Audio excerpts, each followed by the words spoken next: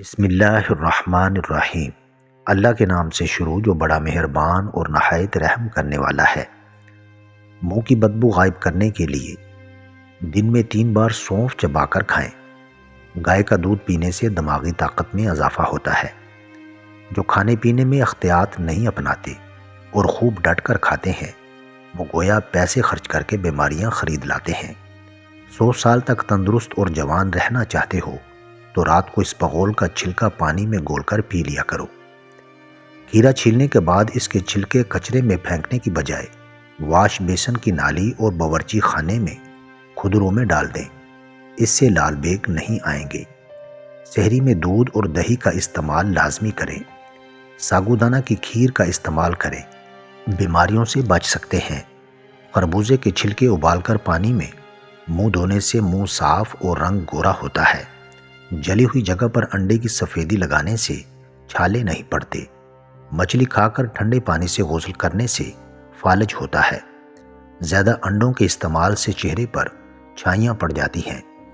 سردیوں میں چائے بناتے وقت چائے میں چینی ڈال دی جائے تو چائے خوشبودار ہو جائے گی اور گلے کے لیے بہترین ہے۔ اگر کپڑوں پر سیاہی کے دھبے لگ جائیں تو اس پر موم لگا کر دھوئیں۔ خواب میں سفر کرنا کاروبار میں کامیاب ہونے کی علامت ہے۔ خواب میں سبزی دیکھنا بیماری سے شفا پانے اور دکھوں سے نجات ملنے کی علامت ہے۔ ہری مرچ بدن میں خون کو جمنے نہیں دیتی اور سانس کی تکلیف کو دور کرنے میں معاون ہوتی ہے۔ شوگر کے مریضوں کے لیے کھیرا قدرت کی طرف سے انمول تحفہ ہے۔ بیسن کے پکوڑے کھانے سے سارے دن کی جو بدن کی ٹوٹ پھوٹ ہو مرمت ہوتی ہے اور طاقت ملتی ہے۔ نہانے کے بعد گیلے بالوں کو باندھ دینے سے بال گرنے کا مسئلہ ہو سکتا ہے اور بالوں کی چمک ختم ہو جاتی ہے۔ اگر کسی بچے کو نظر بد لگ جائے تو اس کو اتارنے کے لیے باوضو حالت میں 3 بار سورہ فاتحہ پڑھ کر دم کریں۔ اول و آخر درود پاک ضرور پڑھیں۔ انشاءاللہ اس طرح دم کرنے سے نظر بد جڑ سے ختم ہو جائے گی۔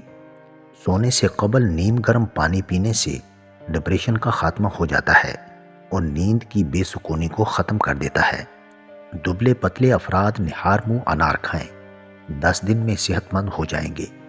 جو عورتیں ہاتھ پاؤں کالے ہونے کی وجہ سے پریشان ہیں وہ تقریباً ہفتے میں 1 مرتبہ بیبی آئل سے اچھی طرح ہاتھ اور پاؤں کا مساج کریں۔ اس سے ہاتھ نرم ملائم اور خوبصورت ہو جائیں گے۔ کھانے کے بعد 3 مرتبہ سورۃ القریش کی تلاوت کرنے سے چند دن میں موٹاپا غائب ہو جاتا ہے اور وزن کم ہو جاتا ہے۔ موسم کروٹ بدلنے لگے تو لہسن کا استعمال کریں تاکہ کھانسی اور نزلے سے محفوظ رہیں۔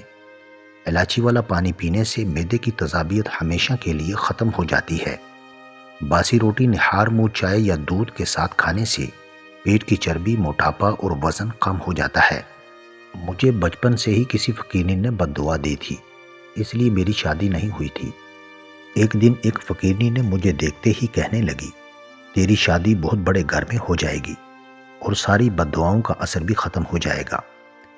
اگر تجھے سچ جاننا ہے تو آ جاؤ میرے ساتھ۔ میں اماں کو بغیر بتائے اس کے ساتھ چل پڑی، مگر جب اس کے گھر پہنچی تو قدموں تلے سے زمین نکل گئی جب دیکھا کہ وہاں ایک قبر تھی جو میری ہی آج 10واں رشتہ آیا تھا، اور ہمیشہ کی طرح میری اماں کو یقین تھا کہ اس بار بھی یہ لوگ منع ہی کر کے جائیں گے، کیونکہ ایسا پہلی بار بھی ہو چکا تھا کہ رشتے والے آتے تھے اور مجھے دے کر واپس چلے جاتے تھے۔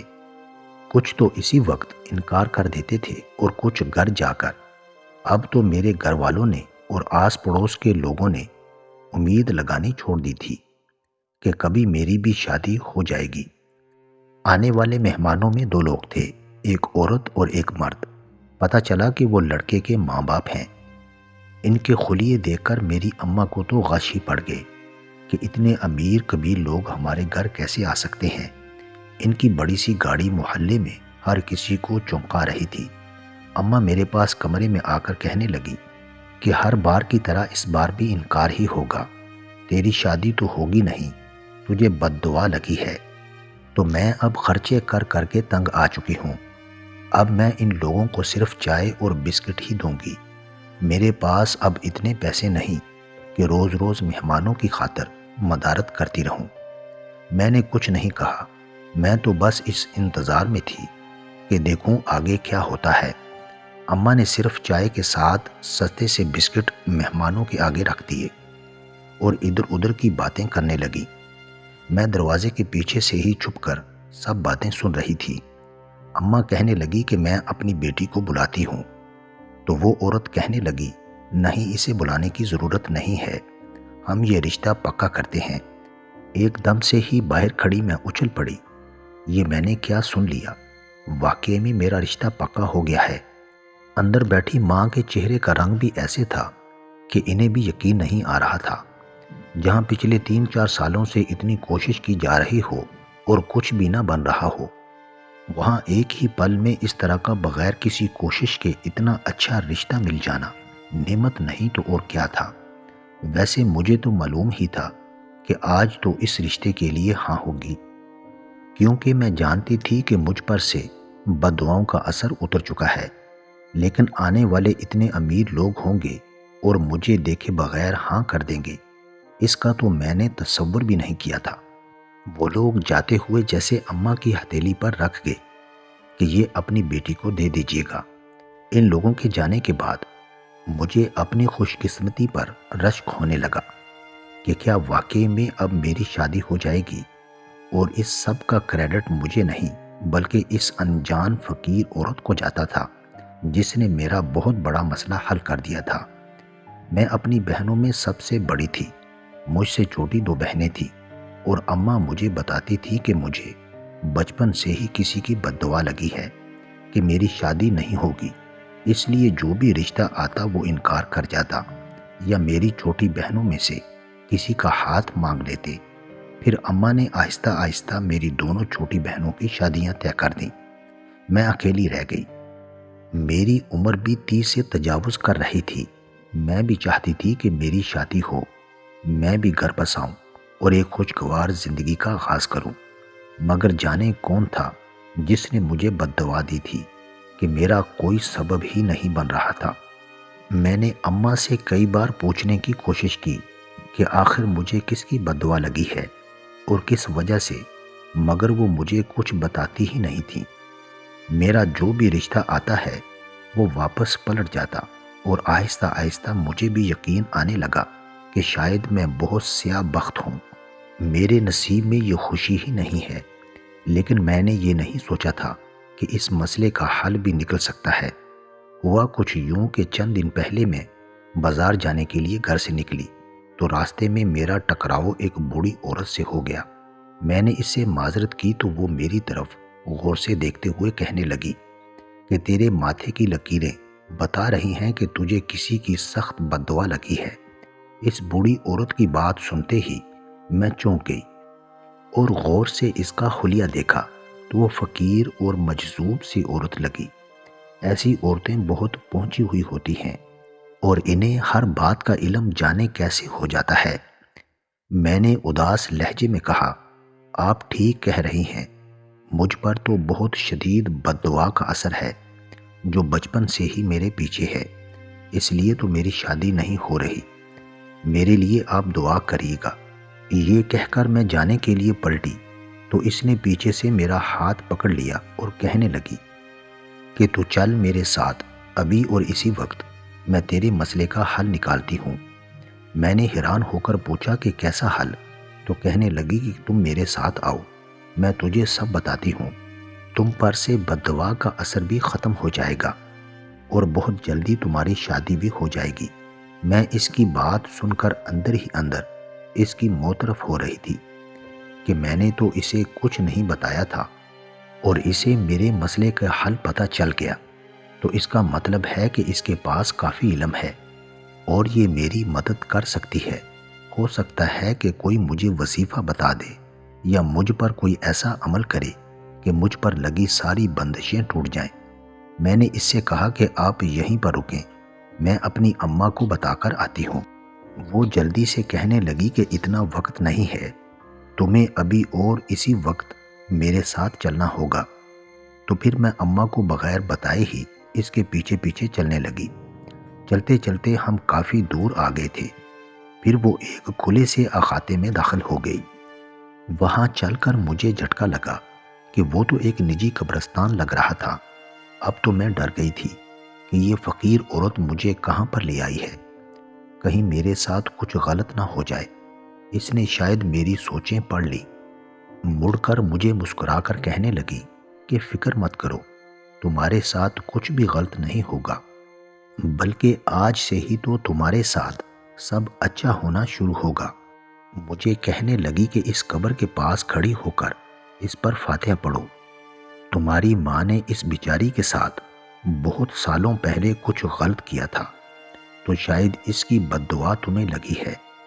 اب اگر تم اس کی بخشش کے لیے دعا کرو گی تو تمہارے سارے مسئلے حل ہو جائیں گے۔ میں نے خوشی خوشی اس کی بات مانی اور اس قبر پر کھڑے ہو کر فاتحہ پڑھ کر میں گھر پر واپس آئی تھی۔ جانے کیوں مگر مجھے اس بوڑھی عورت کی باتوں پر یقین تھا کہ اب میرے ساتھ واقعہ میں سب کچھ اچھا ہی ہوگا۔ 2 دن بھی نہیں گزرے تھے کہ میرے لیے اتنا اچھا رشتہ آ گیا اور ان لوگوں نے مجھے بغیر دیکھے ہی ہاں کر دی۔ میں تو ان لوگوں کو بالکل بھی نہیں جانتی تھی، مگر مجھے اتنا یقین تھا کہ ضرور اس سب کے پیچھے وہی فقیر عورت ہی تھی۔ میں نے سوچا کہ میں اس کا شکریہ ادا کروں گی، اس لیے میں اگلے دن اماں کو بغیر بتائے وہاں پر چلی آئی، مگر اس بار تو وہاں پر کوئی بھی موجود نہیں تھا۔ مجھے لگا تھا کہ شاید وہ یہاں پر رہتی ہے، مگر وہاں پر موجود نہیں تھی۔ میں واپس پلٹنے لگی تو جانے کیا سوچ کر میں دوبارہ سے اس قبر کے پاس کھڑی ہو گئی اور وہاں پر فاتحہ پڑھنے لگی۔ اب تو میں نے سوچ لیا تھا کہ جب تک میری شادی نہیں ہوگی میں روزانہ یہاں پر آ کر فاتحہ پڑھتی رہوں گی، تاکہ میرے اوپر کوئی بد دعا کا اثر یا سایہ باقی نہ رہے اور میرے سارے کام بخیری و عافیت انجام پا جائیں۔ میں گھر واپس جا رہی تھی کہ میں نے اسی گلی میں ایک گاڑی کو مڑتے دیکھا۔ اس گاڑی کو دیکھ کر میں چونک گئی، کیونکہ وہ تو وہی گاڑی تھی جس میں کل میرے سسرال والے آئے تھے۔ پہلے میں نے سوچا کہ شاید مجھے کوئی غلط فہمی ہوئی تھی، لیکن جب غور سے اس گاڑی کو جاتے دیکھا تو اندازہ ہوا کہ کوئی غلط فہمی نہیں ہوئی تھی۔ یہ وہی گاڑی تھی جو کل ہمارے گھر کے آگے کھڑی تھی۔ میں اسے کافی دیر تک دیکھتی رہی تھی اور اس کے نمبر پلیٹ بھی میرے ذہن میں محفوظ ہو گئی تھی، لیکن یہ اس علاقے میں کیا کر رہی تھی؟ میں نے تو سنا تھا کہ میرے سسرال والوں کا کسی بہت اچھی کالونی میں بہت بڑا گھر ہے، تو یہاں پر آنے کا کیا کام تھا؟ مجھے تجسس ہوا تو میں نے سوچا کہ میں جا کر دیکھتی ہوں، اور جب میں اس گاڑی کے پیچھے پیچھے آگے بڑھی تو یہ دیکھ کر حیرانی کی انتہا نہیں رہی۔ وہ گاڑی اس احاطے کے باہر کھڑی تھی جہاں سے ابھی ابھی میں فاتحہ پڑھ کر آئی تھی۔ میں نے باہر سے ہی جھانک کر دیکھا تو کوئی لڑکا وہاں پر کھڑا اسی قبر پر فاتحہ پڑھ رہا تھا۔ اس کی میری طرف پشت تھی، اس لیے میں اس کی شکل نہیں دیکھ پائی، مگر قد کاٹ سے نوجوان اور باڈی بلڈر لگ رہا تھا۔ اچانک میرے ذہن میں آیا، یہ کہیں وہی تو نہیں ہے جس کے ساتھ میری شادی طے ہو گئی تھی؟ میں نے ابھی تک لڑکے کی تصویر نہیں دیکھی تھی۔ میں نے ایک بار اماں کو کہا تھا کہ آپ لڑکے کی تصویر منگوائیں، مگر اماں کہنے لگی کہ جب انہوں نے تمہیں نہیں دیکھا، نہ تمہاری تصویر مانگی، تو اب ایسے میں ہم ان کے لڑکے کی تصویر مانگیں گے تو کتنا عجیب لگے گا اور برا بھی، تو اس لیے میں چپ کر کے رہ گئی تھی۔ مگر ابھی اسے اپنے ہی سامنے دیکھ کر مجھ سے صبر نہیں ہو رہا تھا۔ میرا دل چاہا کہ میں آگے بڑھ کر اسے دیکھ ہی لوں۔ اس سے پہلے کہ میں اندر جاتی، اچانک کسی نے میرے ہاتھ پکڑ کر مجھے روک لیا۔ دیکھا تو وہی فقیر عورت تھی۔ مجھے دیکھ کر وہ پوچھنے لگی کہ تم یہاں پر کیا کر رہی ہو؟ مجھے اس کے انداز میں تھوڑی گھبراہٹ محسوس ہوئی، جیسے وہ نہیں چاہتی تھی کہ میں یہاں پر آؤں۔ میں نے اس سے کہا کہ میں تو آپ کا شکریہ ادا کرنے آئی تھی اور آپ کو بتانے آئی تھی کہ میرا رشتہ پکا ہو گیا ہے اور یہ سب کچھ آپ کی وجہ سے ہی ہوا ہے۔ مجھے کہنے لگی، ہاں ہاں ٹھیک ہے، میں نے تمہارا شکریہ سن لیا، کوئی بات نہیں، اب تم جاؤ یہاں سے۔ وہ مجھے جلدی میں یہاں سے بھیجنا چاہ رہی تھی، لیکن ایسا کیوں کر رہی تھی مجھے کچھ سمجھ میں نہیں آیا۔ میں نے اسے کہا کہ میں ابھی اندر جا کر فاتحہ پڑھ لیتی ہوں، تو اس نے پھر سے روک لیا۔ کہنے لگی تم دیکھ رہی ہو وہاں پر پہلے ہی سے کوئی موجود ہے، تو بس اب تم گھر چلی جاؤ، اب تمہیں یہاں پر آنے کی ضرورت نہیں ہے۔ اب میں نے اسے کچھ مشکوک نظروں سے دیکھا اور کہا کہ مجھے ایسا لگ رہا ہے آپ مجھ سے کچھ چھپا رہی ہیں۔ تھوڑی دیر کو چپ رہی، پھر کہنے لگی نہیں بھلا میں تم سے کیا چھپاؤں گی، تمہیں اب گھر ہی چلے جانا چاہیے۔ یہاں تک کہ مجھے لگ رہا تھا وہ مجھ سے اس لڑکے کو چھپا رہی تھی اور نہیں چاہتی تھی کہ میں اس کی شکل دیکھوں۔ شاید اسی لیے یہ سب کر رہی تھی، مگر ایسا کیوں؟ اس کی وجہ سے تو ہمارا رشتہ طے ہوا تھا اور اب وہی ہمیں ایک دوسرے سے دور رکھنا چاہ رہی تھی۔ خیر میں نے سوچا کہ شادی تو طے ہو ہی گئی ہے، ملاقات بھی کسی دن ہو ہی جائے گی۔ میں وہاں سے واپس چلی آئی۔ گھر کے دروازے پر ہی مجھے پتہ چل گیا کہ میری دونوں بہنیں آئی ہوئی ہیں۔ ابا بھی آج گھر پر ہی تھے، یعنی خوب رونق لگی ہوئی تھی۔ میں بہت خوشی سے بیٹھک میں داخل ہونے لگی تھی کہ اپنا نام سن کر اچانک غیر ارادی طور پر چونک گئی۔ میری بہن اماں سے کہہ رہی تھی کہ آپ کو اس کا رشتہ پکا کرنے کی ضرورت ہی کیا تھی۔ دوسری بہن بھی کہنے لگی کہ ہاں یہ بالکل ٹھیک کہہ رہی ہے، اتنی تو اس کی عمر ہو گئی ہے، چلی گئی تو پھر گھر کے کام کون کرے گا اور آپ لوگوں کا دھیان کون رکھے گا۔ مجھے اپنی بہنوں کی یہ باتیں سن کر اور ان کی خود غرض سوچ کے بارے میں جان کر بہت دکھ ہوا۔ شروع سے ہی میری ان سے بنتی نہیں تھی، مگر میں نے ہمیشہ ان دونوں کو پیار ہی دیا تھا۔ وہ دونوں چونکہ مجھ سے چھوٹی اور ایک دوسرے کی ہم عمر تھی، اس لیے وہ آپس میں ہی لگی رہتی تھی اور میں شروع سے ہی اکیلی رہی، اور اماں ابا کا لگاؤ بھی زیادہ تر ان دونوں کی طرف ہی رہا، اور میں مزید اپنے خول میں سمٹتی چلی گئی۔ شاید میں کچھ زیادہ ہی حساس تھی، جو میں باتیں محسوس کرتی تھی، ورنہ یہ تو ہر گھر میں ہی ہوتا ہے کہ کچھ بچوں سے ماں باپ دوسروں کی نسبت زیادہ پیار کرتے ہیں۔ وہ دونوں جو بھی کام کرتی اکٹھے کرتی تھیں، اور انہوں نے کبھی مجھے اپنے کسی کام میں شامل نہیں کیا تھا۔ اماں بھی زیادہ فوقیت ان دونوں کو چھوٹی ہونے کی وجہ سے دیتی تھی، اور میں چپ رہ جاتی تھی کہ کوئی بات نہیں، میری تو بہنیں ہیں، میں ہی بڑی ہوں تو مجھے ہی قربانی دینی ہوگی۔ میرا رشتہ آتا تھا اور ان دونوں کو پسند کر کے جاتے تھے، حالانکہ ان دونوں سے زیادہ خوبصورت میں تھی، مگر جو بددعا بچپن سے ہی میرا پیچھا کر رہی تھی، اس کی وجہ سے میں اس معاملے میں بھی ان دونوں سے مار کھا گئی، اور وہ دونوں بیاہ کر کافی اچھے گھروں میں چلی گئیں۔ اور اب جب کہ میری شادی ہونے والی تھی تو ان دونوں کو مسئلہ نہیں ہونا چاہیے تھا۔ مجھے بہت دکھ ہوا کہ وہ کتنا غلط سوچ رہی ہیں کہ میرے جانے کے بعد اماں ابا اکیلے رہ جائیں گے تو مجھے شادی نہیں کرنی چاہیے۔ بھائی بھی تو تھا جو باہر پڑھ رہا تھا، اور اب اس کی تعلیم بھی مکمل ہونے والی تھی، تو وہ بھی واپس آ کر اماں ابا کے ساتھ رہ ہی سکتا تھا۔ تو اس صورت میں میری شادی نہ ہونے کا کوئی جواز ہی نہیں رہتا تھا۔ پہلے میں نے سوچا کہ جا کر انکار کر دوں کہ مجھے کوئی شادی نہیں کرنی، لیکن خیال آیا کہ مجھے بھی اب تھوڑا خود غرض بن جانا چاہیے۔ بچپن سے ہی اپنے حصے کی خوشیاں قربان کرتی آئی ہوں، مگر اب زندگی پر میرا بھی تھوڑا حق ہے۔ میں اپنے کمرے سے باہر نہیں نکلی اور نہ ہی ان سے جا کر ملی۔ تھوڑی دیر کے بعد وہ چلی گئیں۔ اگلے دن کی بات تھی کہ میں کمرے میں سو رہی تھی، میری نیند ٹوٹ گئی۔ گھر پر کوئی بھی موجود نہیں تھا، اماں بازار گئی تھی اور ابا اپنے کام پر تھے۔ دروازے پر ایک خوش شکل سا لڑکا کھڑا تھا۔ میں نے سوچا کہ شاید کوئی چیز بیچنے آیا ہوگا، تو میں نے انکار کرتے ہوئے ابھی دروازہ بند کرنے ہی لگی تھی کہ اس نے ایک دم مجھے میرے نام سے پکارا، تو میں ٹھٹک کر رہ گئی۔ آپ مجھے نہیں جانتی، لیکن میں آپ کو جانتا ہوں۔ جس کے ساتھ آپ کی شادی طے ہوئی ہے وہ میرا دوست ہے۔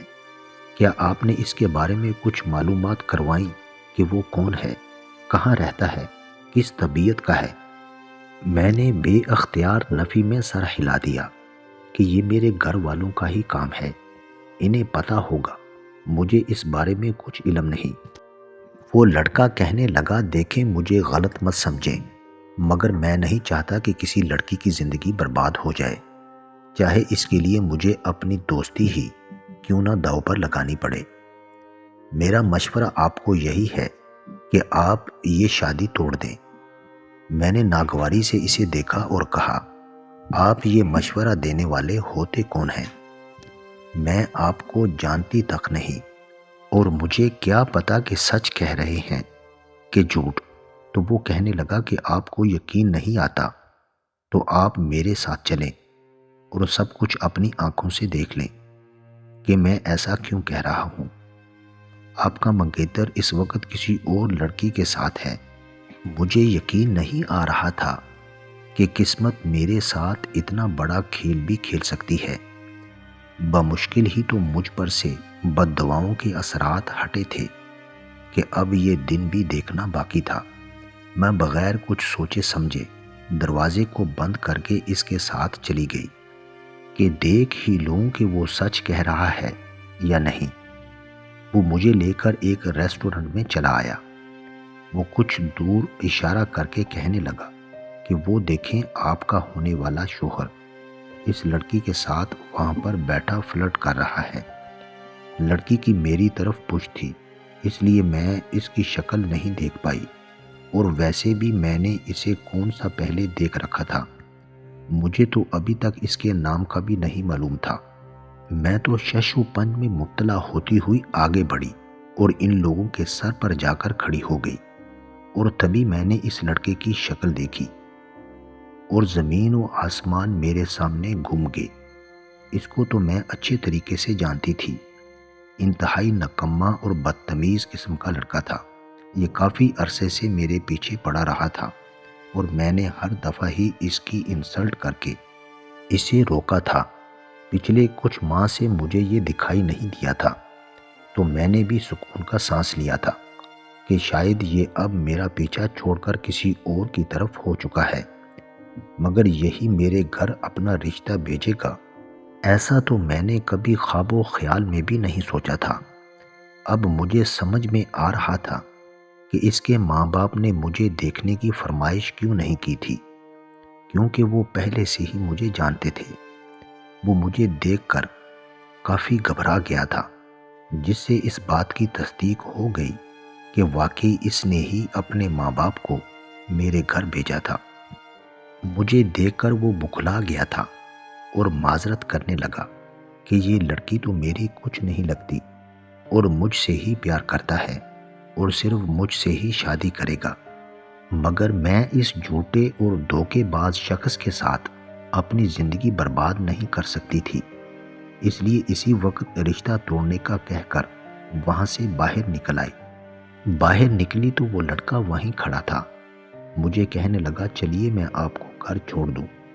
اس وقت میری حالت بہت خراب ہو رہی تھی اور مجھے نہیں لگتا تھا کہ میں پیدل چل کر گھر واپس جا پاؤں گی۔ وہ مجھے لے کر اپنی گاڑی کی طرف آ گیا، اور تبھی مجھے حیرت کا ایک اور شدید جھٹکا لگا، کیونکہ یہ تو وہی گاڑی تھی جس میں وہ لوگ رشتہ لینے آئے تھے اور جس کو میں نے اس دن بھی دیکھا تھا۔ یہ گاڑی اس کی تھی یا اس کے دوست کی، مجھے کچھ سمجھ میں نہیں آیا۔ میں نے اب دھیان سے اس کی پشت کو دیکھا تو میں جان گئی کہ اس دن اس قبر پر جو لڑکا فاتحہ پڑھ رہا تھا وہ یہی تھا، کیونکہ میرا منگیتر جس سے میں ابھی منگنی توڑ کر آئی تھی وہ اتنی اچھی جسامت نہیں رکھتا تھا۔ میں گاڑی کے پاس کھڑی تھی۔ لڑکا بولا کہ آپ بیٹھ کیوں نہیں رہی؟ اب تو مجھے اس پر بھی شک ہو رہا تھا کہ وہ ہے کون۔ میں اس کو کوئی جواب دیے بغیر گھر پلٹ آئی۔ اب اس سارے پیچ کا خلاصہ تو وہ بوڑھی فقیر عورت ہی کر سکتی تھی۔ میں گھر گئی تو اماں واپس آ چکی تھیں۔ انہیں سب پتہ چل چکا تھا کہ میں رشتہ توڑ آئی ہوں، اور بجائے مجھ سے خفا ہونے کے وہ بہت خوش لگ رہی تھیں اور مجھے یہ کہہ رہی تھیں کہ میں نے جو کیا ہے بالکل ٹھیک کیا ہے۔ مجھے ماں پر حیرانی ہوئی کہ اپنی بیٹی کا رشتہ ٹوٹنے پر بھلا کون سی ماں خوش ہو سکتی ہے۔ اگلے دن کی ہی بات تھی جب میں نے اپنے گھر کے آگے وہی گاڑی آ کر رکتے دیکھی اور اس میں سے وہی لڑکا باہر نکلا۔ اس کے ساتھ اس کے ماں باپ بھی تھے۔ میں سوچنے لگی کہ آخر اپنے ماں باپ کے ساتھ ہمارے گھر پر کیوں آیا ہے۔ دروازہ اماں نے کھولا تھا اور میں انتظار کرتی رہی کہ کب اماں ان لوگوں کو لے کر اندر آئیں گی، لیکن کافی دیر گزر گئی تو میں خود ہی باہر نکل آئی اور دیکھا کہ وہ لوگ ابھی تک دروازے پر کھڑے تھے اور اماں کا تو حیرانی کے مارے ایسے منہ کھلا ہوا تھا کہ جیسے انہوں نے کوئی بھوت ہی دیکھ لیا ہو۔ اس لڑکی کی ماں کہنے لگی کہ سریا ایسے کیا دیکھ رہی ہو؟ کیا آپ نے پہچانا نہیں کہ ہم کون ہیں؟ میں نے الجھن سے اماں کو دیکھا جن کے چہرے پر ہوائیاں اڑ رہی تھیں۔ گھبراتے ہوئے ان کو کہنے لگی، نہیں نہیں، میں نے پہچان لیا ہے، آپ لوگ اندر آ جائیں۔ وہ عورت اندر آتے ہی میرے گلے لگ گئی اور مجھے پیار کرنے لگی اور مجھے بار بار کہنے لگی، میری بچی، میری سارا کی نشانی۔ میں نے انہیں الجھن سے پیچھے کیا اور پوچھا، کون ہیں آپ؟ تو وہ رونے لگے اور کہنے لگی کہ میں تیری سکی خالہ ہوں۔ میں نے اماں کی طرف دیکھا کہ یہ عورت کیا کہہ رہی ہے۔ اماں کا تو خود وہ حال ہو رہا تھا کہ وہ کچھ کہنے کی پوزیشن میں ہی نہیں لگ رہی تھی۔ وہ لڑکا آگے آ کر کہنے لگا کہ میری امی ٹھیک کہہ رہی ہیں، یہ آپ کی خالہ ہی ہے، اور یہ عورت جنہیں آپ اپنی ماں کہتی اور سمجھتی ہیں، یہ آپ کی ماں نہیں ہے، بلکہ آپ کی ماں وہ تھی جس کی قبر پر آپ اس دن فاتحہ پڑھنے گئی تھی۔ میرے قدموں تلے سے تو جیسے جان ہی نکل گئی۔ میں بے اختیار 2 قدم پیچھے ہٹی، نفی میں سر ہلایا کہ ایسا نہیں ہو سکتا۔ وہ عورت کہنے لگی کہ یہ جسے تو ماں کہہ رہی ہو، یہ اصل میں تمہاری چچی ہے۔ تم میری بہن اور بہنوئی کی بیٹی ہو۔ تمہارے ماں باپ ایک کامیاب بزنس مین تھے اور بہت امیر تھے۔ تمہاری پرورش بہت لاڈ اور پیار میں انہوں نے کی تھی، مگر جب تم 3 سال کی تھی تو ان کا ایک روڈ ایکسیڈنٹ میں انتقال ہو گیا۔ ہماری ساری فیملی چونکہ باہر ہوتی ہے تو ان لوگوں نے ہمیں فون کر کے یہی بتایا کہ تم بھی اپنے ماں باپ کے ساتھ ہی اس دنیا سے چلی گئی۔ جب ہم لوگ پاکستان پہنچے تو لوگ کفن دفن بھی کر چکے تھے۔ اب ہمارا یہاں پر کون تھا جس کی خاطر ہم رکتے؟ اسی لیے 1-2 دن رہ کر ہم سب لوگ واپس چلے گئے۔ تمہارے والد کافی دولت اور جائیداد رکھتے تھے، مگر تمہارے چچا نے یہی کہا کہ اب ان کے بعد ہم اس سب کے وارث ہیں، تو ہم لوگوں نے بھی اعتراض نہیں کیا کیونکہ ہمیں کوئی مطلب نہیں تھا۔ پاکستان کے لوگوں سے ہمارا رابطہ نہ ہونے کے برابر رہ گیا تھا۔ کچھ عرصہ پہلے ہم دوبارہ پاکستان شفٹ ہوئے ہیں تو سوچا پرانے دوست اور جان پہچان کے لوگوں سے ملا جائے۔ تبھی پتہ چلا کہ ان لوگوں نے ہمیں کتنا بڑا دھوکہ دیا تھا اور نہیں بتایا کہ تم زندہ ہو۔ گھر کی پرانی ملازمہ نے ہمیں ساری حقیقت بتا دی تھی۔ اب کی بار وہ لڑکا کہنے لگا کہ میں اور امی چاہتے تھے کہ کسی مناسب وقت پر آپ کو سب سچ بتا دیا جائے۔ اس دوران میرے نئے نئے بنے دوست نے مجھ سے گاڑی مانگی کہ اس کے ماں باپ کو کہیں جانا ہے، مگر پھر مجھے پتہ چلا کہ میرے دوست نے آپ کے ہی گھر رشتہ بھیجا ہے، تو پہلے میں نے اس معاملے کو سلجھانا بہتر سمجھا۔ وہ بوڑھی فقیر عورت اصل میں آپ کے ماں باپ کے گھر کی پرانی ملازمہ تھی اور اسے شروع دن سے ہی سب کچھ معلوم تھا، لیکن وہ بتاتی رہی کہ یہاں پر تو آپ کا کوئی رشتہ دار تھا ہی نہیں، ساری سچائی سن کر تو میرے قدموں تلے سے زمین ہی نکل گئی۔ میں نے کبھی سوچا بھی نہیں تھا کہ جن کو اپنے ماں باپ کہتی اور سمجھتی رہی ہوں وہ نہیں ہوں گے۔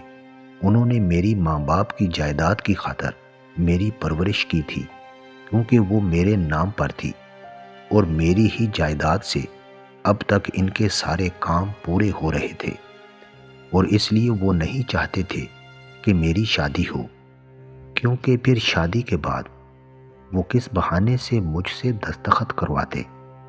سارا سچ جان کر اماں، جو کہ اصل میں میری چچی تھی، اس نے مجھ سے معافی مانگی، مگر میں ان کا گھر چھوڑ کر اپنی خالہ کے ساتھ چلی گئی اور بہت جلد انہوں نے مجھے اپنی بہو بھی بنا لیا۔ میں خوش تھی کہ میرے پاس وہ رشتے ہیں جو مجھ سے محبت کرتے تھے۔